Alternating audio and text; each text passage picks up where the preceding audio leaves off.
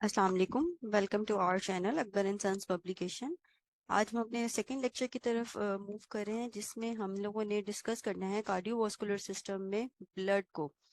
Last जो हमने heart के हवाले से सारी सर्कुलेशन वगैरह देखी है, उससे रिलेटेड यूट्यूब पे आपको बहुत ज़्यादा वीडियोस वगैरह मिल जाएंगी। लेकिन मैंने एक इसके साथ एक स्पेसिफिक वीडियो जो है वो ऐड कर देती हूँ यहाँ पे आपके लिए, ताकि आपको जितने एमसीक्यूज पीपीएससी में पूछे जाते हैं, इवन के जितने एमसीक्यूज यहाँ पे हमारी बुक में आपको मिल भी रहे होंगे पास पेपर्स से रिलेटेड पेज नंबर 7 पे, वो सारे एमसीक्यूज इस वीडियो में कहीं ना कहीं डिस्कस हुए हुए हैं। यानी अगर एक दफा आप विजुअल में भी वो एमसीक्यूज देख लेंगे ना, तो आप इजीली मार्क कर सकते हैं। जैसे हम डेली इनटेक ऑफ एयर कितनी करते हैं, ये मैं एक वीडियो के साथ प्ले कर देती हूँ, ताकि आप देख लीजिए जितने आपके कॉन्सेप्ट क्वेश्चंस अगर माइंड में आते भी हैं हार्ट से रिलेटेड, वो भी यहाँ पे आपके क्लियर हो जाएंगे। Your heart is a pump. It's a muscular organ about the size of your fist and is located slightly left of center in your chest.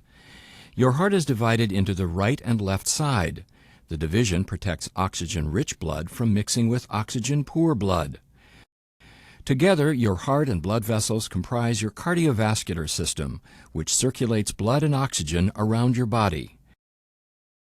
In fact, your heart pumps about 5 quarts of blood every minute, and it beats about 100,000 times in one day. That's about 35 million times in a year. Oxygen-poor blood, blue blood, returns to the heart after circulating through your body. The right side of the heart, composed of the right atrium and ventricle, collects and pumps the blood to the lungs through the pulmonary arteries. The lungs refresh the blood with a new supply of oxygen, making it turn red. Oxygen-rich blood, red blood, then enters the left side of the heart, composed of the left atrium and ventricle, and is pumped through the aorta to the body to supply tissues with oxygen. 4 valves within your heart keep your blood moving the right way. The tricuspid, mitral, pulmonary, and aortic valves work like gates on a fence. They open only one way and only when pushed on. Each valve opens and closes once per heartbeat, or about once every second. A beating heart contracts and relaxes. Contraction is called systole, and relaxing is called diastole. During systole, your ventricles contract, forcing blood into the vessels going to your lungs and body, much like ketchup being forced out of a squeeze bottle. The right ventricle contracts a little bit before the left ventricle does. Your ventricles then relax during diastole and are filled with blood coming from the upper chambers, the left and right atria. Then the cycle starts over again.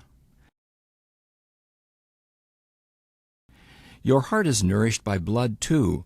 Blood vessels called coronary arteries extend over the surface of your heart and branch into smaller capillaries. Here you can see just the network of blood vessels that feed your heart with oxygen-rich blood. Your heart also has electrical wiring, which keeps it beating. Electrical impulses begin high in the right atrium and travel through specialized pathways to the ventricles, delivering the signal to pump. The conduction system keeps your heart beating in a coordinated and normal rhythm, which in turn keeps blood circulating. The continuous exchange of oxygen-rich blood with oxygen-poor blood is what keeps you alive. आपने ये सारी MCQs यहाँ पे देखें कि हमारा human heart जो है वो कितने लीटर एयर जो है वो इनटेक करता है, या ब्लड कितना पंप करता है एवरी मिनट। तो ये सारी बातें आपको पेज नंबर 7 में भी हमने मेंशन की हुई हैं। Average human being heart pump every minute 6.2 litres, और 5 to 6 की रेंज में, 5.5 to 6.5 की रेंज में ये एमसीक्यूज आपके पास आता है। फिर एक बीट से दूसरी बीट के दरमियान टाइम इंटरवल कितना होना चाहिए, ये तमाम चीजें यहाँ पर आपको मेंशन की गई हैं पास पेपर्स क्वेश्चंस में। उसके बाद हम अपने मूव करते हैं सेकंड जो हमारा लेक्चर था ब्लड से रिलेटेड। अब हम ब्लड के हवाले से जो है वो यहाँ पे सारे एमसीक्यूज को डिस्कस करेंगे।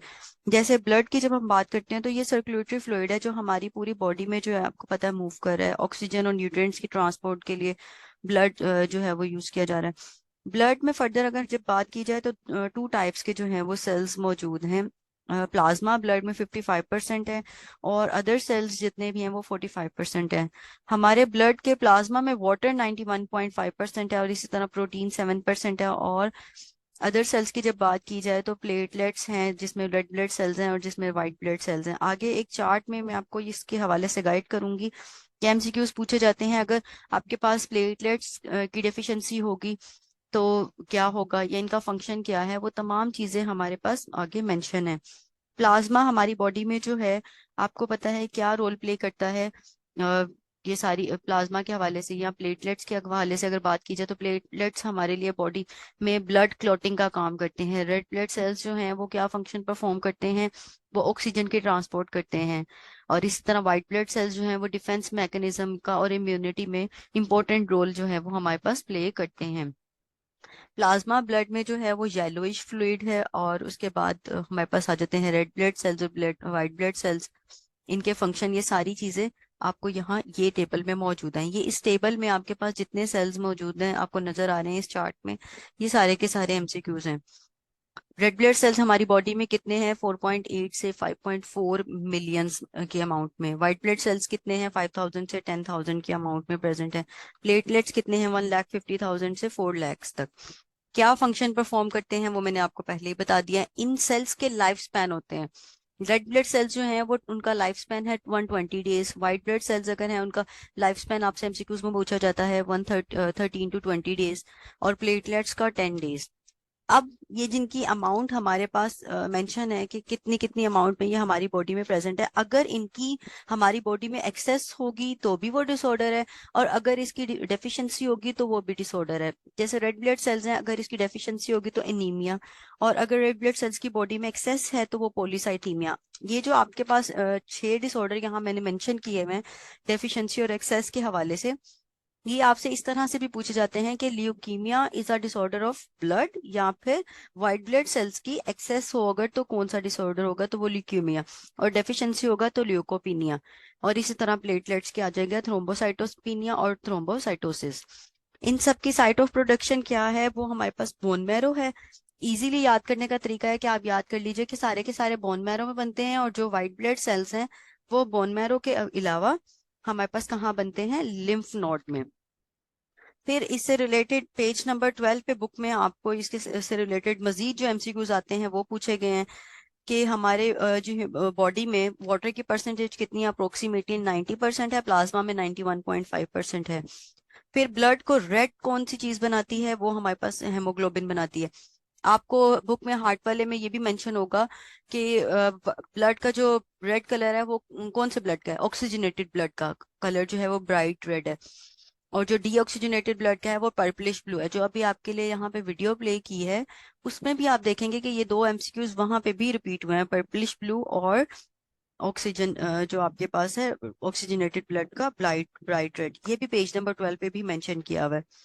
तो ब्लड को की जो रेड लुक आती है वो किसकी वजह से आती है, हेमोग्लोबिन की वजह से आती है।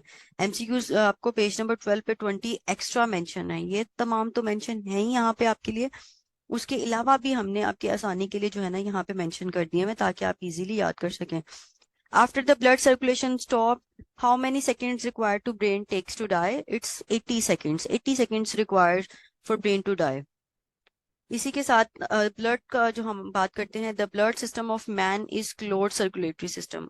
फिर उसके बाद हमारी बॉडी में अगर आपसे पूछा जाए कि एमसीक्यूज आता है कि वेट हमारा जो होता है उसमें ब्लड की परसेंटेज कितनी होती है, तो 7% जो हमारे वेट में ब्लड की परसेंटेज होती है। ये सारी चीजें आपके पास जो है वो हमने एमसीक्यूज की फॉर्म में मेंशन की हुई हैं, आप इजीली याद कर सकते हैं।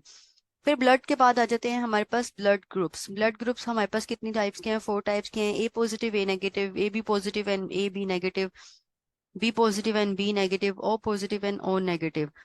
ब्लड ग्रुप में एमसीक्यू पूछे जाते हैं, यूनिवर्सल डोनर कौन सा है, यूनिवर्सल डोनर ओ नेगेटिव वालों को कहा जाता है। यूनिवर्सल रेसिपिएंट कौन से होते हैं, ए बी पॉजिटिव वाले होते हैं।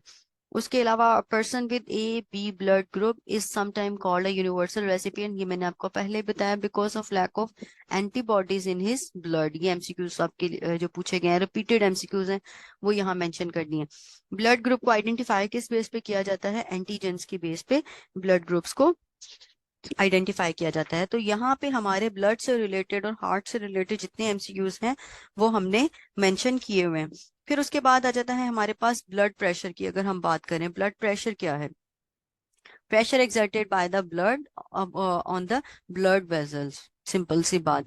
ब्लड प्रेशर में दो तरह का हम प्रेशर जो है ना देखते हैं। आपने अक्सर घर में जब ब्लड प्रेशर को मेजर किया होगा तो आपको पता है एक स्टैंडर्ड वैल्यू होती है किसी भी इंडिविजुअल की नॉर्मल ब्लड प्रेशर की 120/80।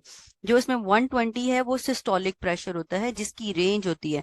जैसे समटाइम्स हम ब्लड को अगर ब्लड प्रेशर को चेक करते हैं तो 130 भी आ रहा होता है, 110 भी आ रहा होता है, 126, 127 यानी वेरी कर रही होती है। तो इसका मतलब ये नहीं है कि यह हाइपरटेंशन की निशानी है या हाइपोटेंशन का हम इसमें कहेंगे, ऐसा नहीं है। ये फ्लक्चुएशन होती रहती है। इवन के जब एमसीक्यूज आता है कि जब हम रात को सोते हैं तो क्या ब्लड प्रेशर सेम रहता है, तो यहाँ पे भी एमसीक्यूज में आप मार्क करेंगे नहीं, फ्लक्चुएट करता है। ये अभी आगे मैं आपको ये पेज नंबर भी मेंशन करवा देती हूँ जहाँ पे ये सारे एमसीक्यूज भी मेंशन हुए हैं। और जो 120/80 में 80 बात की जाती है वो है डायसिस्टोलिक प्रेशर। इसकी भी रेंज होती है 60 to 90 के दरमियान। अगर ये आपकी रहती है तो ये ठीक है, नॉर्मल है, नॉर्मल रेंज है। और मिलीमीटर एचजी जो है वो है मरकरी, मरकरी के जरिए जो हम मेजर करते हैं। स्टैंडर्ड वैल्यू किसी ह्यूमन की क्या है, 120/80। अब अगर हम बात करें हाइपरटेंशन और हाइपोटेंशन, हाइपरटेंशन जो कि आपको पता है कि हाई ब्लड प्रेशर है और हार्ट अटैक की रीजन भी बनता है। ये कब होता है, ये तब होता है जब स्टैंडर्ड वैल्यू या स्टैंडर्ड रेंज से कंजेक्टिव आपका जो ब्लड प्रेशर है वो ज्यादा रह रहा है। तो फिर हम कहते हैं कि पर्सन को जो है वो हाइपरटेंशन का इशू है। या अगर इस स्टैंडर्ड वैल्यू और रेंज से अगर ब्लड प्रेशर कंजेक्टिव आपका लो रहता है तो वो हाइपोटेंशन है। तो increase level of blood pressure क्या होगा ह्यूमन में, हाइपरटेंशन।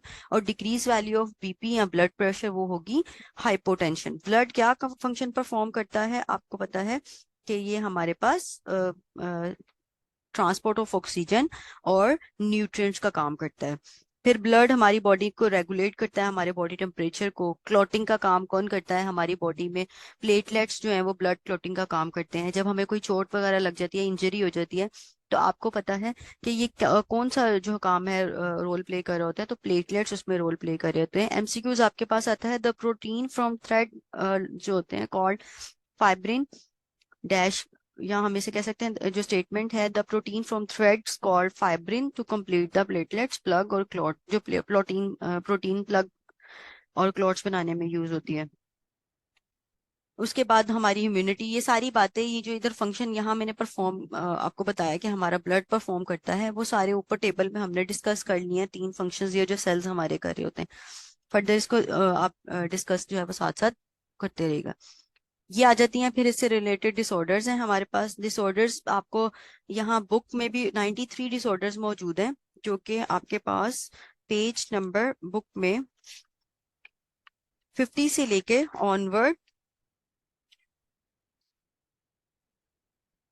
56 तक 93 डिसऑर्डर्स हैं, यहाँ पे भी मेंशन है। लेकिन यहाँ सिस्टम्स के साथ भी जो जो डिसऑर्डर्स आ रहे हैं वो भी मेंशन किए हुए हैं ताकि आपको याद करना इजी हो।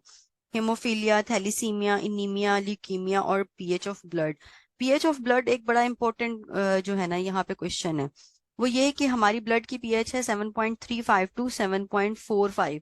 ना तो ये 7.35 से 7 होगी कभी, और ना ही ये 7.45 से 8 होगी, क्योंकि 7 या 8 होने की सूरत में इंसान की डेथ हो सकती है। पीएच का इतना इंपॉर्टेंट रोल है। लेकिन हमारे ब्लड की पीएच क्यों नहीं चेंज होती है, क्योंकि हमारा ब्लड जो है वो एक बफर सोल्यूशन है। बफर सोल्यूशन ऐसे सोल्यूशन को कहते हैं जो ब्लड की पीएच को चेंज होने में रेजिस्टेंस शो करते हैं जब भी कोई एसिडिक और बेसिक चीज को ऐड किया जाता है। इसी तरह हेमोफीलिया जो है वो जेनेटिक डिसऑर्डर है। इसमें क्या होता है, blood fails to clot due to deficiency of certain clotting factors. Thalassemia क्या है, ये भी इनहेरिटेड ब्लड डिसऑर्डर है। एबनॉर्मल हेमोग्लोबिन जो है इसमें बननी शुरू हो जाती है। इनीमिया क्या है, रेड ब्लड सेल्स की डेफिशिएंसी या फिर आयरन डेफिशिएंसी, जो कि बच्चों में बहुत ज्यादा कॉमन है और जिसकी वजह से बॉडी वीकनेस होती है। ल्यूकीमिया क्या है, leukaemia cancer of body blood forming tissue है including bone marrow and lymphatic system. Leukaemia is a disorder of white blood cells. आपको मैंने पहले ही बताया कि ये आपके पास बोन मैरो और लिम्फ नोड में बनता है। तो वो हमारे वाइट ब्लड सेल्स हमारे लिम्फेटिक इम्यून सिस्टम का भी बहुत इंपॉर्टेंट जो है ना वो पार्ट है। ये इससे रिलेटेड इसके डिसऑर्डर पूछे जाते हैं। फिर उसके बाद जो मैंने आपको पांच पेपर्स क्वेश्चंस बताए हैं पेज नंबर 12 पे, वो यहाँ पे आपके पास मेंशन है, जिसमें कि आप देख सकते हैं ब्लड कितने लीटर हमें रिक्वायर्ड है, ब्लड में वाटर कितने परसेंट है, ब्लड को रेड कलर का कौन सी चीज बनाती है, हेमोग्लोबिन है। ये सारे के सारे एक्स्ट्रा क्वेश्चंस ऐड कर दिए। जब आप इस पूरे टॉपिक को एक दफा पढ़ लेंगे ना, फिर उसके बाद आपके लिए इन एमसीक्यूज को याद करना मुश्किल बिल्कुल भी नहीं है। नेक्स्ट लेक्चर में हम जो है वो यहाँ पे डिस्कस करेंगे डाइजेस्टिव सिस्टम को। Thank you so much. Allah Hafiz.